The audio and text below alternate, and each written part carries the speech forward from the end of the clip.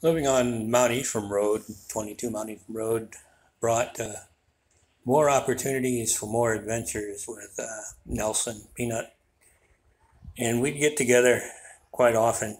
And this one particular time, we got word that there was a Boy Scout jamboree out behind the elementary school in Searsport, which was maybe, I don't know, less than a quarter mile from where I lived, and probably the same for Peanut. But we gathered at my house, and across the road lived a guy named Clem, Charles Stairs Jr. Everybody called him Clem because he was more like Clem Cadiddlehopper. And we were going to go investigate this jamboree, the Scoutorama, whatever it was called. And we ran into Wendell Tracy, of all people.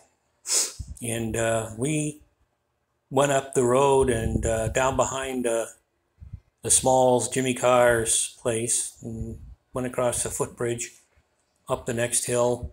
And the National Guard had ripped up and built bridges, and the fields were mud. They were caked dry in the summer, of course. But we crept around little hills, berms that were made from ripping up the sod.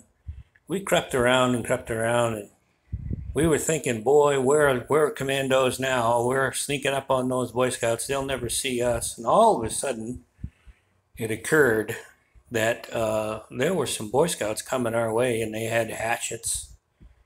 So we made our way over toward Mortland Road through the gullies, and as we came up close to Mortland Road, ready to ascend to the pavement, we turned, and there were those same Boy Scouts, about 5 of them. They had hatchets, and we determined that they were after us.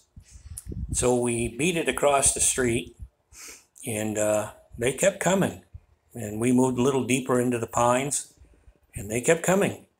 Finally, Wendell and Clemmy, they panicked, started to run. Peanut and I, we looked at each other, and we looked at the guys running, and we saw those Boy Scouts, and they started running. So we go, hey, we better get out of here.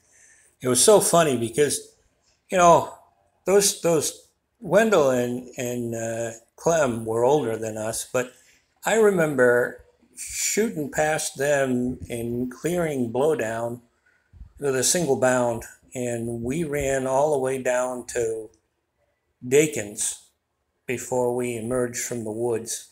And we kept going all the way down Mortland Road over to Peanut's house, where we laid low for a while. That was just another adventure between me and Peanut. Fun times.